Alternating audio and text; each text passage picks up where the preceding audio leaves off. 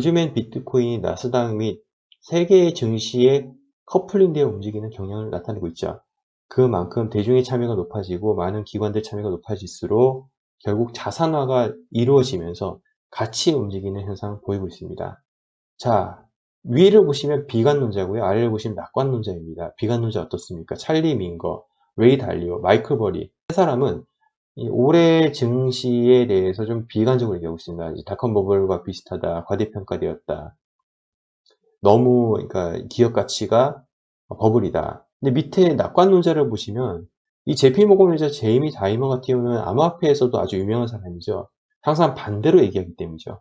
안 좋게 얘기하고요. 그리고 가격은 또 올라버리고 이런 거를 하도 우리가 암호화폐 하시면 당했기 때문에 이 제이미 다이먼 같은 경우는 아주 믿고 고르는 그런, JP 모건은 정말 세계 1등이지만은 참 그래요. 그리고 우리 가운데 있는 캐시 우드, 아크 인베스트먼트 CEO 이 아주머니도 보면은 기술 혁신 등에 의해 인플레이션 아니 디플레이션 상황 올 거 돼가지고 시장에 대해서 낙관적으로 얘기를 하고 있는데요. 캐시 우드 같은 경우는 초반쯤에는 되게 똑똑한 사람, 그리고 이 사람이 아크가 또 테슬라랑 관련이 있다 보니 엄청나게 이런 종목 선정을 되게 잘하고 투자를 잘하는 그런 걸로 인식이 됐는데, 암호화폐 쪽에서는 제가 느끼기로는 작년 한 중후반부터 신뢰성을 좀 잃었어요. 왜냐하면 너무 장기적으로 얘기하다 보니까 단기적인 걸 원하는 개인 투자자 입장에서는 별로 그렇게 뭔가 이렇게 확 와닿지 않는, 지금 당장 뭔가 확 와닿지 않는 그런 인물이었고요. 그리고 구겐하임 파트너스 CIO 스콧 마이너스 같은 경우도 아주 유명했죠. 과거 우리가 잘 아실 겁니다. 5월 코로나 빔 때 그때 이제 구겐하임 파트너스에서 아주 무서운 얘기를 했죠. 2만 달러 뭐 더 아래로 내려갈 것이라 이런 얘기를 했고요. 좀 뭐랄까요. 되게 나쁜 얘기를 많이 했고요. 그리고 구겐하임 같은 경우 제가 일전에 유튜브 영상 별도 영상을 해가지고 특집으로 하나 만들어서 여러분들께 또 소개를 드렸었죠. 그래서 아시는 분 이미 구겐하임에 대해서 머릿속에 정리가 되기 때문에 이 인물을 지금 여러분 보시면은 딱 생각나실 거예요. 이 사람도 그렇게 믿을 만한 사람이 아니라는 거. 그래서 이 찰리 민거나 레이 달리오 같은 경우는 워낙 장기적으로 얘기하기 때문에 좀 어느 정도 그런 자극적인, 그런 거에 대해서 좀 피하죠. 그랬던 인물이고, 마이클 버리 같은 경우는 이 영화 빅쇼트로 워낙 유명했던 인물이었고, 그때 이제 많은 돈을 벌어서 유명해졌던 인물인데, 작년 같은 경우도 뭐 도지모화폐 쪽에도 많이 부정적인 멘트를 남겼고요. 숏을 친다고 얘기를 했었는데, 막상 뭐 그렇게 지금 가지 않다 보니 좀 신뢰를 조금은 잃었습니다. 뭐, 비 올 때까지 이 사람도 이제 2008년 당시 돈 벌 때도요, 비 올 때까지 기우제 지낸 사람이죠. 예, 비 올 때까지 그냥 기우제 지냈던 사람이었고요. 그래서 요즘에는 많이 조롱을 당합니다. 그런데 이 위의 그룹하고 밑의 그룹을 지금 우리가 비교를 좀 해보자면은 어떤 그룹에 우리가 더 신뢰가 갈까요? 아니, 그렇게 얘기하지 말고 다시 한번요. 어떤 그룹이 신뢰가 안 갈까요? 위일까요? 밑일까요? 저는 일단 밑에 JP모건 회장과 JP모건 회장 제이미 다이먼과 이 구겐하임 파트너스 CIO 스콧 마이너드 같은 경우는 이 암호화폐 쪽에서도 워낙 그러니까 속임수를 치는 그런 멘트들을 많이 했기 때문에 저는 아래가 오히려 더 신뢰가 안 갑니다. 가운데 캐시오드 같은 경우도 뭐 작년 중순 이후부터 아까 말씀드렸지만 신뢰성을 많이 잃었다고 생각해서 조금 신뢰가 안 갑니다. 자, 그렇다면 그나마 뭐 신뢰가 안 가는 게 아닌 사람, 말이 좀 이상한데 신뢰가 안 가는 게 아닌 사람, 이 인물이 올해 왜 경제 충격이 온다 이렇게 얘기할까라는 거 하나. 그리고 두 번째는 뭐냐면 이것도 좀 조심스러운 게 일론 머스크 이야기죠. 이것도 이제 버블에 대한 얘기입니다. 많은 유니콘 기업들, 이렇게 유니콘 기업들이 지금 이렇게 나와 있는데 글로벌 유니콘 클럽에서 이렇게 리스트를 뽑았는데 일론 머스크가 만약에 역사가 지침이라면 다음 경기 침체를 극복하는 사람 많지 않을 것이라고 보고 있다. 이렇게 얘기하니까 언제 경기 침체가 올 것이라고 보냐. 그러니까 일회용 마스크 씨가 이렇게 하고 있죠. 거시 경제학을 예측하는 것은 어려운 일입니다. 가장 어려운 일입니다. 내 직감은 2022년 봄이나 여름쯤일 수 있지만 늦어도 2023년까지는 아닙니다. 라고 얘기하고 있습니다. 그러면 이 사람도 올해 이렇게 예측할 때 별로 안 좋게 보고 있는 거죠. 일회용 마스크 씨도요. 그러면 일회용 마스크 씨가 여기 오른쪽에 하나 더 추가가 돼야 되겠죠. 이렇게요. 여기다 하나 추가되겠죠. 그럼 올해 좀 안 좋게 보는 사람이 많고요. 여기 올해 좋게 보는 사람은 좀 신뢰할 수 없는 인물 두 명 있어서 잘 모르겠어요. 뭐 이게 다가 아니겠지만 여기 또 몇 명이 엄청나게 예측한 사람 엄청 많이 달리겠죠. 이 사람들이 이 세계 경제를 뭐 다 맞추는 사람들이 아니기 때문에 미국에서는 자본소득세를 내기에 주가 상승률이 높았던 종목을 전년도 12월에 집중 매도하고 이듬해 1월에는 그동안 상승률이 낮았던 종목을 다시 매수하려는 움직임이 있습니다. 신년에 저가 매수세가 유입될 가능성이 높다는 것입니다. 지금 현재 2022년 1월 2일입니다. 우리가 지금 일단 지켜봐야 될 부분은 이겁니다. 스케줄상으로 봤을 때 지난 12월에 했던 FOMC 의사로 오픈하는 것이 1월 5일 수요일에 예정이 되어 있고요. 그리고 1월 FOMC가 또 예정이 되어 있죠. 이건 이제 나와 있지 않은데 그러면 연말에 그래 세금 때문에 많이 이랬다면은 그래 1월에 이제 좀 잠깐 1, 2월에 잠깐 반등하지 않을까? 그런 다음에 뭐 이런 또 나쁜 얘기 갑자기 또 꺾일 수도 있지 않을까? 그러면 3월에 뭐가 있습니까 지금? 전문가들 미국 연준 내년 3월 첫 금리 인상, 영국도 1분기 인상 이렇게 나와 있잖아요. 그러니까 빠르면은 금리 인상이 3월부터 첫 금리 인상이 진행되는데 금리 인상 한 번 한다고 0%, 0.25% 된다고 뭔가 큰 일이 일어나겠습니까? 뭐 그런 것까지는 아니겠죠. 뭐 버티긴 하겠죠. 근데 이런 것이 가장 큰 요인이지 않을까. 자, 다시 돌아와서요. 그럼 이번에 연말 하락을 우리가 어떻게 해석을 해야 될까? 이거는 이제 아시아 쪽에서의 무빙이었어요. 이번에 아시아 쪽에서 아시아 쪽 거래소에서는 매도 물량들이 막 쏟아져 나왔습니다. 근데 오히려 이 미국 쪽에서의 거래소에서의 움직임은 오히려 더 담았다는 거죠. 유럽 쪽에서도 역시 담았다는 거죠. 그러니까 바이낸스, 후오비, OKX, 후오비, OKX 이런 중국계 거래소가 12월 31일까지 거래를 중단하는 이런 인출 사태가 일어났기 때문에 아시아권에서는 물량들이 쏟아져 나오고 그 물량을 코베 같은 곳에서 담았었죠. 그거는 뭐다 아실 겁니다. 그러니까 이번에는 특이한 케이스가 중국에서 미국으로 가는 케이스고 이전에 5월 하락은 어떻습니까? 중국에서도 팔고 미국에서도 팔고 해서 다 떨어졌죠. 근데 이번에는 중국에서 팔자 미국에서는 올리는 이런 현상을 봤다는 거죠. 약간 다른 케이스입니다. 자, 이런 빈국, 중미의 빈국의 대통령이 이런 얘기를 하는 것이 과연 신빙성이 있겠냐, 과연 우리가 믿어도 되겠냐, 이런 얘기를 하실 수도 있습니다. 하지만 그래도 전 세계에서 비트코인을 첫 법정 통화로 인정한 국가의 대통령이 한 말인가 한번 들어보도록 하시죠. 2022년에 대한 예측입니다. 비트코인에 대한 예측인데요. 그냥 딴 건 다 제껴두고요. 첫 번째 한번 보도록 하겠습니다. 10만 달러 갈 거라고 예측하고 있네요. 그리고 하나 더. 이거는 만약에 된다면 강력한 호재가 될 수 있지 않나. 근데 두 개 국가가 법정화폐로 채택할 예정입니다. 나와있는데 이 두 개 국가가요. 제가 보기엔 선진국은 아닐 것으로 예상이 됩니다. 그동안 나왔던 곳도 있잖아요. 검토하겠다 이런 데들. 남미 아무튼 또 남미 쪽일 것 같아요. 그렇다면은 국가적 채택으로서 한번 하고 그 국가들은 지금 비트코인 폭락에도 이런 빈국들 상관없지 않을까요? 휘두르는 것은 미국 쪽일 텐데. 웃기죠? 비트코인을 소유하고 휘두른 데는 이제 미국으로 많이 옮겨갔어요. 중국에서 미국으로 많이 옮겨갔고 미국 애들이 많이 쥐락펴락 하잖아요. CME 거래소를 통해서라도. 근데 정작 그 실물을 가지고 이 실험 대상이 되는 것은 빈국들입니다. 참 아이러니하죠. 뭔가 자유로워지려고 비트코인을 이렇게 쥐려고 하는데 쥐어봤자 몇 개 되지도 않고요. 고래들 개인 고래들보다 얼마 되지도 않잖아요. 마이크로 스트래티지가 매수하는 것보다 얼마 되지도 않잖아요.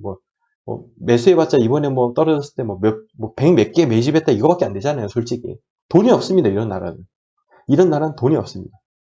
올해 미국 선거에서 주요 선거에서 이슈가 될 것. 비트코인 시티 건설 시장 지네들 얘기입니다. 이거는. 이것도 지네들 얘기입니다. 이거 엘살바도르 지네들 얘기입니다. 이거 우리가 관심 없고요. 아무튼 10만 달러 두 개 국가에서 법정화폐 채택할 예정이라고 얘기하는데 과연 이것이 허언일지 진짜 이야기일지는 일단 나중에 가보면 알겠죠. 이거는 좀 열린 결말로 일단 보도록 하겠습니다. 그래서 이 12월 30일 세금 문제는 비단 아까 말씀드렸던 1월 효과에 대해서 언급했던 주식 이야기인데 이거는 이제 주식 얘기뿐만 아니라 결국은 이제 암호화폐에도 많이 해당했던 얘기다.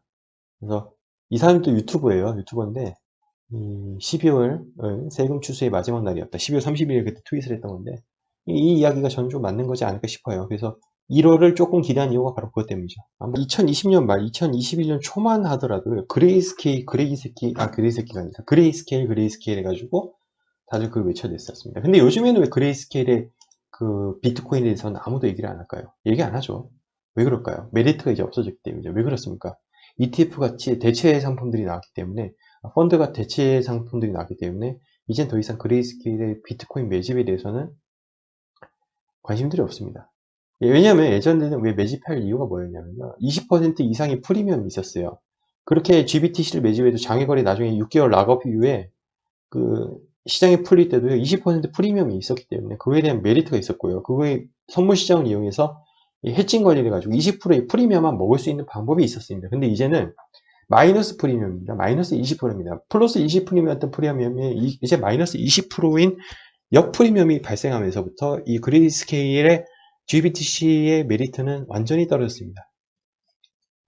그래서 이제는 이제 이들이 뭐 하냐, GBTC를 팔기 이제 좀 그러니까 뭐 맨날 이거 이제 보셨지만 이제 이거 아무도 안 봅니다. 아무도 안 챙겨봅니다. 옛날에는 이거 어땠냐면은 이거를 이제 못 찾으니까 이 그림을 카피를 해다가 맨날 올려달라는 분도 계셨어요. 뭔가 이게 되게 이게 막 교과서 무슨 수학의 정석처럼 반드시 봐야 될 부분이라고 생각했는지 이거 하루 없이는 이것도 막 못 버티는 분도 계셨단 말이죠. 진짜 이걸 막 병적으로 찾는 분도 계셨는데 요즘에는 찾지를 않습니다. 이들이 이거를 이제 GBTC잖아요. 그레이스케일 비트코인 트러스트, GBTC, 비트코인 신탁 이게 이제 메리트가 없잖아요. 프리미엄 메리트가 없다 보니까 이게 지금 예전에는 칸수가 이거밖에 없었거든요. 근데 이렇게 늘어난 거 보세요. 이 시장 사이클이 그만큼 빨리 돈다는 겁니다. 그렇게 절대적이고 영원할 것 같고 뭔가 많은 영향을 미치고 이 시장을 막 이끌 것 같던 것도요. 이게 처음 자극이 되게 그땐 세죠. 계속 그 자극이 동일하게 이루어지면 사람들은 그 자극이 이제 당연한 줄 여기기 때문에 새로운 자극이 아니고 자극으로서 여기지 않습니다. 이제 또 새로운 걸 원합니다. 그러다 보니까 이들도요. 이게 돈이 안 되다 보니까 알트코인 이렇게 늘어뜨는 보십시오. 계속 알트코인 지금 보십시오. 이 알트코인 이제 팔아먹는 거예요. 그래 놓고 얼마 전 디센트럴랜드부터 해가지고 베리 실버트가 막 영업을 하기 시작하지 않습니까? 그레이스케일 사장 나왔죠. 마이클 쇼넨사인 해가지고 이 사람은 사장 앉혀놓고 본인은 DCG 사장으로만 앉혀있고 한동안 조용히 있다가 폭락장까지 조용히 있다가 이제 만화 막 저 디센트럴랜드 트윗을 하면서부터 막 이제 페이스북 이제 그걸 시발점을 해가지고 디센트럴랜드 계속 트윗을 했지 않습니까? 그래가지고 엄청난 펌핑 해가지고 이거 챙겨 먹었죠. 그러니까 그런 식으로 장사하고 있습니다, 요즘에는. 그러니까 이제는 옛날에 막 비트코인 이런 거 가지고 막 많은 양의 비트코인 가지고 있는 회사를 가지고 막 뭔가 되게 거대한 느낌이었는데 이제는 이제 알트코인 장사하는 회사로 좀 가지 않았나. 그리고 본인이 좋아하는 뭐 GCash, 호라이즌 이런 것들, 라이브피어 계속 이런 거 베리시부터 트윗 하신 분도 아시겠지만 계속 그런 것만 계속 트윗질 하지 않습니까? 파일코인 이런 것들. 다행히도 아주 GBTC 물량, 그러니까 비트코인 GBTC로 인한 그레이스케일 비트코인 홀딩 물량 단기간에 줄어들 것 같지는 않습니다. 아직까지 이들이 홀딩하고 있는 것은 어마어마한 양이고요. 우리가 S&P 500하고 비트코인하고 많이 비교를 좀 하죠. 그러면 이제 비트코인 같은 경우는 노란색이 비트코인이고요. S&P 500 같은 경우는 파란색이 S&P 500인데요. 뭐 커플링 되기도 했다가 S&P 500 쉴 때 비트코인 가기도 하다가 뭐 이렇습니다. 뭐 S&P 500 올라갈 때 비트코인 쉬고 뭐 그러기도 하고요. 일단 뭐 대체적으로 비슷합니다. 폭락할 땐 폭락하고 시원하게 같이 폭락합니다. 그러니까 비트코인이 뭐 주식시장이 폭락할 때 비트코인은 뭐 반대로 올라간다 이게 생각했던 건 이미 2020년 3월에 우리 이미 그거를 뼈저리게 느꼈기 때문에 더 이상 이제 그런 얘기를 하는 분은 저는 없을 거라 생각합니다. 그러니까 근데 그럴 또 남아있는 분이 있을 것 같아요. 그러니까 이 경제 위기가 오면 또 비트코인을 홀딩해라고 지금 누가 얘기하고 있습니까? 이 레이 달리오가 이렇게 얘기하고 있지 않습니까? 레이 달리오가 여기 볼게요. 달리오에 대한 경제 충격에 대비하려면 개인 투자자들은 자산 포트폴리오 목록을 다각화하고 가상화폐 같은 디지털 자산에 관심을 들어 조언했다. 국가는 돈을 계속 찍어낸 대신 기업들의 생산성을 높이는 데 집중해야 한다고 지적했다. 이 가상화폐에 관심을 가지래요. 경제 충격에 대비하려면 가상화폐에 관심을 가지라는데 저는 이해할 수 없는 게 우리가 봤잖아요. 여기 2020년 3월에 같이 내려가 봤잖아요. 경제 충격이 왔을 때 같이 내려가 봤는데 가상화폐를 해지로 해라. 저는 타당성, 그러니까 설득력이 없다고 봅니다. 예, 설득력이 없습니다. 이건 설득력이 없습니다. 어쨌든 얘를 지금 보시면요. 지금 비트코인이 쉬고 있을 때 S&P 500 올라가면은 얘는 쭉 올라갔잖아요. 올라가다가 비트코인 내려왔다가 그리고 언젠가 같이 올라간다는 거예요. 여기 보시면은 이때는 쉴 때 같이 쉬고 올라갈 때 같이 올라가다가 얘는 더 먼저 올라갔죠. 먼저 올라와서 쉬면 얘는 따라 올라가고. 그러니까 지금 어떠냐? S&P 500 올라가주는데 비트코인 쉬고 있다는 거. 그럼 얘는 이제 결국 같이 따라 올라간다는 거죠. 결국 이 선이 결국 일치하면서 비슷하게 가져야 되는데 얘는 지금 비트코인이 지금 뒤처지고 있다는 거잖아요. 뒤처지고 있으니까 S&P 500이 따라잡으려면 지금 주식시장이 건재하다는 가정합니다. 그러면 같이 이렇게 올라가지 않냐. 다시 한번요. 그러니까 이 라인을 S&P 500은 꾸준히 같지 않습니다. 비트코인은 막 워낙 변동성이 심하니까 내려가기도 하고 올라가기도 하고 내려가기도 하고 이랬지만 큰 트렌드 안에 갔으니까 얘가 지금 여기 가 있으니까 이 라인 안에 가 있으니까 얘도 결국 따라가줘야 되지 않나. 그 얘기죠. 예. 그 얘기를 지금 하고 싶어 하는 겁니다. 요거는 이제 교과서적으로 참 우리가 많이 봤던 거고 제가 텔레그램에도 올렸던 부분이고 지금 제가 저기에도 그어놓은 거예요. 너무나 탄탄하게 지켜주고 있습니다. 이 선요. 이 선을 너무나 지금 잘 지켜주고 있어요. 근데 그거를 텔레그램에도 그때 공유를 드렸지만은 뭐 이것이 노구로 뭐 안 해야 된다 뭐 해야 된다 그건 잘 모르겠습니다. 근데 이거로 지금 지켜지는 것은 분명한 사실이다. 예. 얘도 지금 이거 다 그어놨잖아요. 그래서 이렇게 가져야 된다. 가져야 된다. 아, 가져야 된다. 제발 가라. 이게 그런 거죠. 그래서 첫 번째 사이클, 두 번째 사이클, 세 번째 사이클 현재 있는데 아직 이 게임이 끝나지 않았다면은 한 방이 더 남아있지 않냐. 그리고 나서 뭐 충격이 오고 위기가 오건 뭐가 오건 해가지고 뭐 요인이 뭐가 됐든 간에 한번 시원하게 정리되지 않을까.